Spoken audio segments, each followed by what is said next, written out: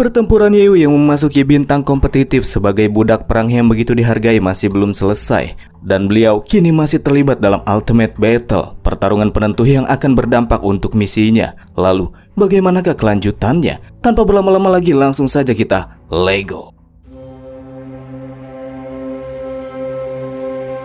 Sebelum kembali ke medan perang, kita akan dibawa ke sebuah ruangan mewah yang dipenuhi oleh banyak makanan dan minuman kelas atas, dan semua itu sedang dinikmati oleh dua orang yang membuat perkara dengan pihak Alter. Dia adalah Fit Papa bersaudara, dua bangsawan yang akan melakukan apapun demi bisa meraih kemenangan utama dalam Ultimate Battle, sekalipun yang mereka gunakan merupakan cara yang tidak fantas. Sambil bersenandung menganggap mereka sudah berada di atas angin, keduanya pun bersulang. Kata si bro besar, hidangan yang sedang dia nikmati rasanya jadi sangat nikmat karena ditambah dengan situasi di mana pihak Alter sedang berada dalam situasi yang tragis di garis depan. Saat itu dia sangat ingin melihat dengan mata kepalanya sendiri wajah pucat yang ditunjukkan oleh Alter, sehingga menjadi teman minum yang sangat sempurna. Fit Papa bro berani mengatakan hal itu karena dia nggak tahu sama kejadian sebenarnya yang lagi ada di garis depan. Nggak cuma sendirian, ternyata saat itu Fit Papa juga tengah terhubung dengan para bangsawan dari wilayah lain. Menurutnya, tanpa memiliki komando dari satelit, Alter dan anak buahnya sama saja seperti lalat tanpa kepala, dan hanya masalah waktu sebelum mereka benar-benar tersesat di medan perang. Hampir dari mereka semua membenarkan perkataan Fit Papa dan pada tertawa bahagia menyaksikan Alter yang mengalami kesulitan. Gak cuma berbuat licik kepada Alter, Fit Papa yang masih belum puas juga ngajakin para bangsawan lain yang terhubung dengannya untuk bergabung dan merebut wilayah serta kekayaan komersial yang dipegang oleh Alter. Dan ya, menurut bangsawan lain, ide orang licik satu ini sangat bagus, dan ada juga dari mereka yang memang sudah lama menargetkan wilayah Alter yang begitu kaya.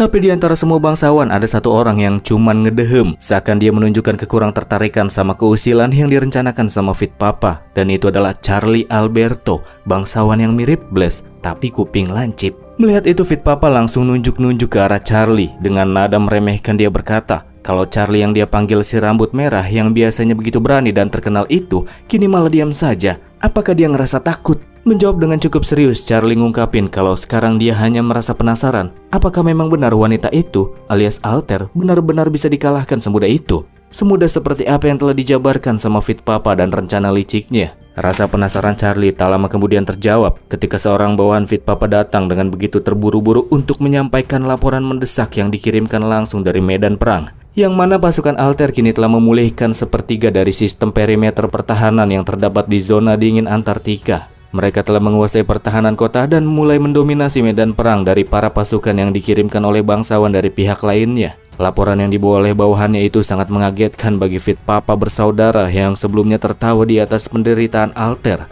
menganggap Alter telah lumpuh, tapi ternyata malah sebaliknya. Justru dialah yang memegang kendali paling besar di antara bangsawan lain untuk sekarang. Ketika melihatnya secara langsung dari layar virtual, ternyata benar saja, tembok pertahanan yang sebelumnya dikuasai oleh para monster kini telah diambil alih oleh pihak Alter yang menggunakan sistem senjata pertahanan di sana untuk mendominasi jalannya pertempuran. Bukan cuma dimanfaatkan untuk menumbangkan para monster saja, senjata pertahanan di tembok juga bahkan dimanfaatkan untuk menyerang para pasukan yang dikirim oleh bangsawan wilayah lain. Memulihkan tembok pertahanan, hal ajaib kayak gini sih hanya bisa dilakukan oleh Master Engineer. Dan siapa lagi orangnya kalau bukan si Yew yang kelihatan lagi pakai armor Pandoranya, berdiri di atas tembok dan memantau situasi dengan sangat teliti. Seakan mengetahui lagi dipantau sama pihak lawan, Yew tersenyum sambil nunjuk-nunjuk ke arah layar yang lagi dilihat sama Fit Papa. Omaga. Sementara Fit Papa masih dengan keterkejutannya, sang pelapor juga memberitahukan kepada bosnya kalau orang yang lagi dilihat sama Fit Papa itu adalah si Anomali. Dari pemantauan data medan perang menunjukkan bahwa kemanapun dia pergi, situasi pertempuran akan langsung berbalik. Satu orang yang mengatur situasi dan membuat segalanya jadi tak bisa terhentikan. Benar-benar gak bisa dipercaya. Fit Papa bro langsung menganga lebar pas ingat kalau pria itu kan dia alias si Yew merupakan orang yang berasal dari pelelangan yang dibeli sama Alter dengan harga yang begitu tinggi. Dan kini Yew menunjukkan nilainya yang memang pantas punya harga tinggi dengan menjadi sosok yang mengatur segalanya dari balik layar di medan perang. Berpikir cepat, Fit Papa langsung nyuruh bawahannya buat ngirim seluruh pasukan bayangannya menuju medan perang. Dan tugas mereka cuma satu, yakni membunuh Yew. Bagi siapapun yang mampu melakukannya, maka orang itu akan mendapatkan hadiah yang besar. Buat penyemangat ceritanya, bangsawan lain juga setuju dengan keputusan Fit Papa. Menurut mereka, Yew ini nggak boleh dibiarin tetap hidup. Dia adalah ancaman berbahaya yang mesti disingkirkan sesegera mungkin.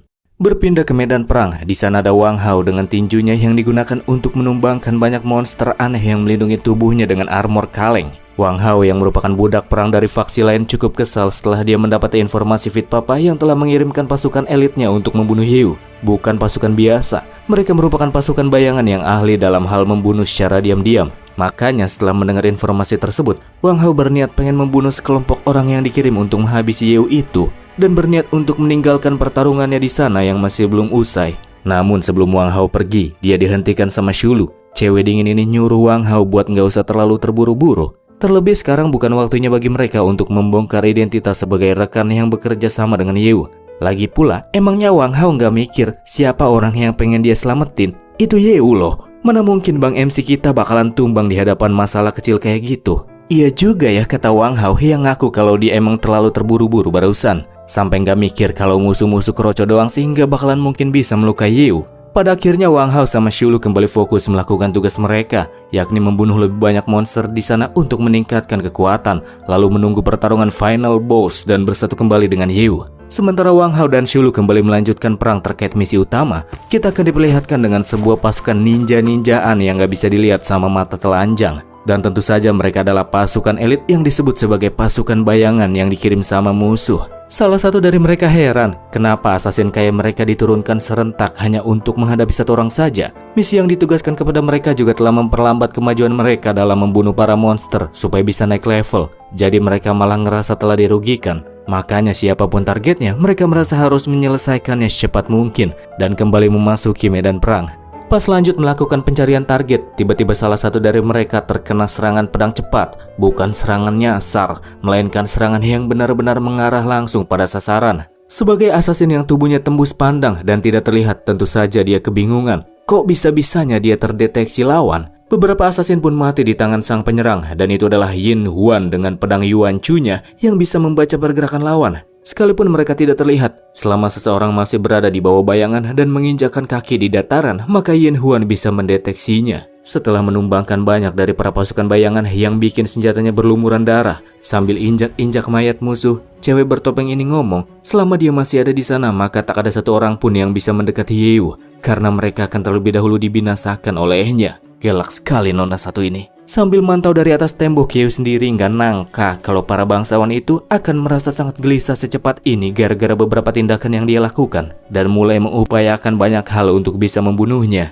Tapi dari hal ini Yu juga jadi tahu kalau pihak musuh pasti ngerasa kalau dia tuh merupakan ancaman yang besar. Ya emang sih menghilangkan potensi ancaman segera mungkin itu merupakan pilihan yang baik. Cuman sayangnya yang musuh incar itu si MC Anomali. Setelah melakukan pemantauan, Yu mempersiapkan diri ke mode tempur. Nampaknya dia sendiri akan terlibat langsung melawan kelompok pasukan bayangan. Dan gak cuma ngandelin Yin Huan doang. Balik ke Yin Huan yang izin tampil memberikan kontribusinya, menyambut kelompok pasukan bayangan yang datang untuk menargetkan Yu. Sama sekali tak ada space untuk bersembunyi bagi musuh selama ada Yin Huan di sana. Cuman dari jarak yang cukup jauh, ada satu musuh sniper yang ngumpet di bawah semak-semak. Dia ngerasa telah mengambil pilihan yang tepat untuk tidak mengikuti pasukan utama yang turun langsung untuk mencari target sasaran. Di lain hal, setelah melakukan pengamatan, dia mendapati kalau Yin Huan itu levelnya nggak terlalu tinggi, tetapi dia punya kemampuan yang sangat luar biasa. Dan menganggap kalau kemampuannya itu ditopang sama efek pedangnya yang tak biasa pula. Melihat celah, si sniper langsung melepaskan sebuah tembakan ketika Yin Huan lagi lengah dan terlalu fokus melawan musuh yang terdapat di sekitarnya. Tembakan tersebut mengarah ke pedangnya sehingga penetrasi dari lesatan tembakan itu membuat pedang lepas dari genggaman Yin Huan. Memanfaatkan momentum yang datang, pasukan bayangan bergerak serentak mengarahkan serangan kepada Yin Huan. Di sini musuh menganggap kalau mereka bakalan menghabisi cewek itu dengan mudah. Dan ya, Yin Huan juga nampak nggak bisa kabur dari serangan kepungan tersebut. Tapi sebelum bisa menyingkirkannya, muncul lagi hujan tembakan dengan akurasi tinggi tak terprediksi dari arah lain. Sehingga sesi eksekusi mereka terhadap Yin Huan gagal total. Dan pelakunya, siapa lagi kalau bukan Kang Yiwu yang datang-datang langsung berdiri di depan Yin Huan layaknya tameng pelindung. Seraya bertanya sama Yin Huan, apakah dia datang telat?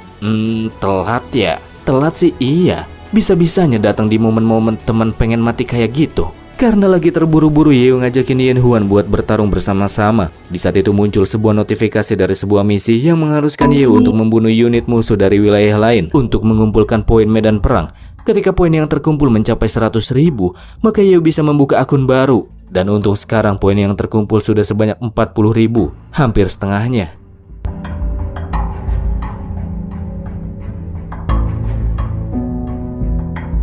Singkat cerita, setelah Yeo turun tangan langsung dan melakukan kerjasama dengan Yin Huan, pasukan bayangan pun hampir seluruhnya dilibas. Terlihat dari jasad mereka yang bergelimpangan di berbagai tempat. Tapi masih ada musuh yang hidup, dan itu adalah si komandan musuh yang paling kuat, serta musuh yang sebelumnya bersembunyi di balik semak-semak. Yang ngerasa keheranan, bagaimana mungkin bisa kehadiran satu orang di sana bisa memusnahkan seluruh elit dari pasukan bayangan? Sangat tidak masuk akal. Yin Huan tanya sama Yeo, di manakah assassin yang sebelumnya telah menyerangnya secara diam-diam? Orangnya ada di sana, kata Yeo sambil mempersiapkan sebuah tembakan dari telapak tangannya yang ditargetkan kepada musuh yang posisinya cukup jauh. Ceritanya ala-ala Tony Stark gitu. Dan boom, si komandan pun gak bisa mengelak dari beberapa tembakan-tembakan yang Yeo lepaskan. Serangan yang juga membuatnya cukup terkejut. Meskipun gak membuatnya mokat, tapi seenggaknya bajunya langsung pada robek-robek. Setelah bertahan dari serangan Yeo, musuh mengakui kalau Yeo memang lawan yang kuat. Dan sekarang dia telah mengetahui alasan kenapa seluruh pasukan bayangan dikirim serentak ke sana. Ya, walaupun ujung-ujungnya mereka dibabat juga sih. Di saat itulah si komandan pasukan bayangan menggunakan kartu terakhirnya. Dia mulai teriak-teriakan, matanya memerah, diikuti dengan munculnya pancaran kekuatan merah yang mengerikan, dan sampai bikin bajunya mulai tambah rontok dibandingkan sebelumnya. Dari punggungnya juga bermunculan benda aneh, bukan sayap, tapi lebih terlihat seperti kaki-kaki yang runcing seperti kaki laba-laba logam. Si komandan kemudian bertransformasi ke bentuk terliarnya yang mirip kayak iblis berlevel 505.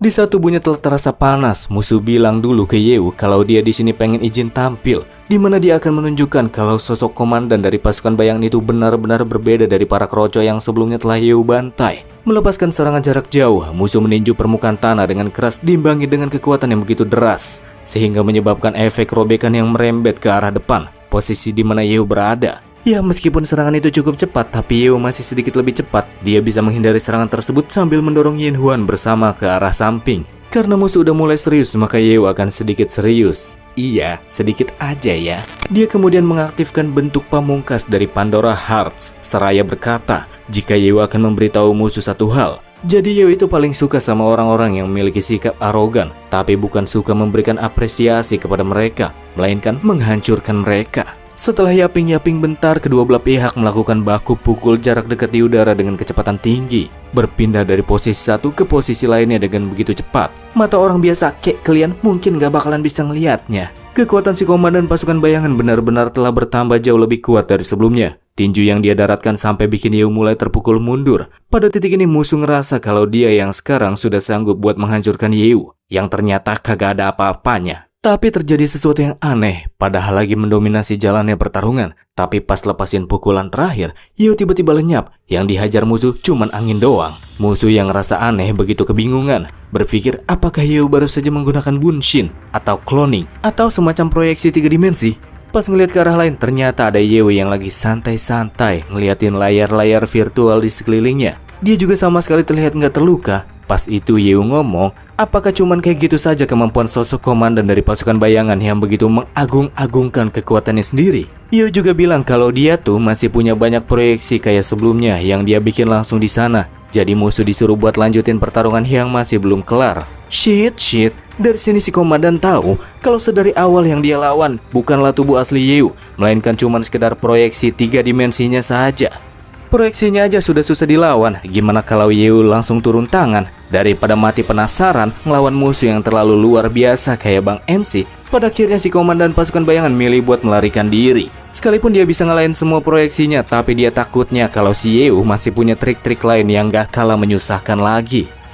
Mau melarikan diri ya? Padahal ini masih awalan loh, kata Yeo yang menekan layar virtualnya. Dan tahu-tahu muncul banyak Yeo dan banyak Yin Huan versi proyeksi 3 dimensi menghadang jalan musuh yang coba untuk melarikan diri. Di sini si komandan yakin kalau dia ikut dalam permainan Yeo, maka dia sama saja akan menunaikan sebuah game yang gak ada endingnya. Pengennya sih kabur, tapi karena ada yang menghalangi, mau gak mau si komandan mulai melakukan serangan terhadap proyeksi-proyeksi tersebut. Yang ini palsu, yang itu palsu, semua-muanya palsu. Ngerasa geram, musuh pun melakukan serangan secara membabi buta, menghajar setiap proyeksi yang terus bermunculan di sekelilingnya. Sambil marah-marah dia juga nyuruh Yeo buat nunjukin diri kalau berani, dan jangan berani-beraninya cuman main-mainin dia kayak gitu. Permintaan musuh langsung dikabulin sama pihak jagoan. Sekalinya muncul, Yin Huan sama Yeo tahu-tahu langsung melakukan serangan penghabisan gabungan dengan gerakan cepat penebas tubuh lawan yang membuat musuh mokai. Setelah mengalahkan para pasukan bayangan musuh serta komandannya, Yeo memperoleh 52.000 poin dan kini poin yang terkumpul sudah sebanyak 92.000 poin. Hanya tinggal sedikit lagi sebelum Yeo bisa membuka akun barunya. Pertarungan yang mudah, terlebih dilakukan bersama-sama, kata Yeo mah. Sementara Yin Huan telah mengurus hama-hama yang merepotkan, dia bertanya kemana mereka akan pergi selanjutnya. Kini Yeo hanya memerlukan sedikit poin lagi untuk bisa membuka akun barunya, yang juga sekalian akan menjadi langkah persiapan sebelum dirinya menghadapi dewa kuno yang bersemayam di tempat tersebut secara langsung. Saat itu Yeo mendapati adanya fluktuasi energi yang tidak dikenali, berjarak 1000 meter ke arah barat laut dari lokasinya saat itu. Memiliki tingkat ancaman rendah, bahkan sistem menyarankannya untuk mengabaikannya saja. Melihat wajah Yeo yang jadi agak serius, Yin Huan tanya apa yang baru saja dia lihat. Yeo pun jelasin kalau dia mendeteksi fluktuasi energi yang tidak dikenal di bawah tanah, tapi sistem menyatakan bahwa ancamannya sangat rendah dan Yeo disuruh mengabaikannya. Justru karena inilah Yeo malah merasa kayak ada sesuatu yang dia rasa nggak beres. Yeo langsung menghubungi rekan-rekan lainnya, ngasih tahu kalau dia perlu meninggalkan medan perang untuk sementara waktu karena terdapat sebuah tempat di barat laut yang ingin dirinya kunjungi. Meskipun barat laut merupakan area yang jauh dari medan peperangan, mulai dari Cynthia, Alter, Rocky, mereka pada menyetujui permintaan Yeo. Gak masalah dia pergi sebentar, yang penting nanti balik lagi ke sana. Yeo juga meminta mereka semua untuk tetap berada di tembok kota dan melakukan tugasnya, mempertahankan lokasi pertahanan yang telah mereka ambil alih. Dari pertempuran-pertempuran sebelumnya, Arno telah melihat sendiri kemampuan dan kekuatan Yeo. Karena Bang MC telah membuktikan dirinya, Arnold juga akan percaya terhadap penilaian Yeo yang meminta pihak mereka untuk tetap berada di tembok pertahanan garis depan. Alter juga berjanji, dia bersama dengan pihaknya akan melakukan segala daya dan upaya untuk tetap menjaga situasi di garis depan dan menunggu kepulangan Yeo. Makanya Yeo juga diminta untuk harus jaga diri baik-baik, jangan sampai kenapa-kenapa ketika dia pergi ke barat laut. Sambil toal-toal Yeo, Yin Huan merasa harus ikut sama Yeo yang akan pergi ke lokasi bawah tanah barat laut yang tidak dikenali. Menurutnya ada baiknya kalau ada dua orang yang saling berjaga daripada cuman sendirian saja. Tadi duga Yeo yang biasanya lebih suka beraksi sendirian kini mempersilahkan Yin Huan buat ikut sama dia. Berkata kalau Yeo bakalan lebih nyaman ketika Yin Huan berada di dekatnya. Pada akhirnya Yeo pun berangkat ke arah barat laut. Cas-cis cus pakai elang baja sama Yin Huan. Ceritanya setelah mereka berdua tiba di barat laut, sebelum mencapai tujuan mereka mesti masuk ke dalam sebuah celah jurang yang tak terlalu lebar dan begitu gelap, tempat yang sama sekali tak bisa dilihat dari arah luar. Ketika masuk ke dalamnya dan melakukan eksplorasi, mereka menemui sebuah gua yang agak aneh. Di sekitar sana terdapat cukup banyak kristal-kristal biru yang gak dikenal. Yin Huan baru pertama kalinya melihat tempat yang aneh kayak gitu. Pas lagi jalan-jalan di sana, tiba-tiba Yin Huan bertanya, apakah Yeo pernah memikirkan apa yang akan dia lakukan setelah semua permasalahan yang ada di dunia ini berakhir? Pertanyaan yang agak menjurus ini. Yeo bilang, jujur, kalau dia sih sama sekali belum mikirin apapun kalau nantinya situasi jadi damai. Mungkin dia akan menjalani kehidupan stabil seperti orang-orang pada umumnya. Atau mungkin menjelajahi lebih banyak lagi dunia yang belum pernah dirinya kenali. Who knows? Apapun jalan yang akan mereka pilih di masa depan, tetap saja untuk sekarang mereka harus menunggu dulu sampai semuanya tenang. Kalau semuanya sudah tenang, barulah mereka bisa membuat keputusan. Yin Huan tiba-tiba pegang-pegang MC, saling bertatapan dan ngomong, apapun jalan yang pada akhirnya Yeo pilih, cewek itu akan selalu berada di sisinya. Neng, barusan ngelamar abang ya? Tanya Yeo. Yin Huan yang malu-malu bilang, enggak kok. Memang sih pengen, tapi itu cuma sekedar angan-angan dia saja. Cewek ini ngerasa tidak sefantasnya dia mengatakan hal-hal kayak gitu dalam situasi sekarang. Ketika Yeo kembali menatapnya, pikiran Yin Huan pun gelisah. Merasa bodoh kenapa dia harus melontarkan kata-kata kayak gitu. Kata-kata yang begitu memalukan. Yin Huan, sebenarnya aku, kata Yeo yang kayak orang pengen confess. Tapi taunya dia cuma pengen ngasih tahu kalau energi sumber fluktuasi yang dimaksudkan sebelumnya kini telah berada tepat di hadapan mereka. Jadi mereka mesti tetap siaga dan hati-hati. Meskipun tempat itu membentang jauh di bawah tanah, tapi sangat jelas terdapat campur tangan manusia di sana. Tempat yang dipenuhi kristal aneh tersebut terhubung ke pusatnya, yang memiliki suatu perangkat dengan mekanisme aneh. Roda-roda gigi besar bertuliskan aksara tak dikenal, pipa-pipa besi yang saling terhubung dengannya. Dan yang paling aneh adalah sosok manusia yang juga ada di sana, tapi dalam keadaan tertidur dan membeku. Orang itu nampaknya sangat familiar. Itu kan Paman Xiao Chen.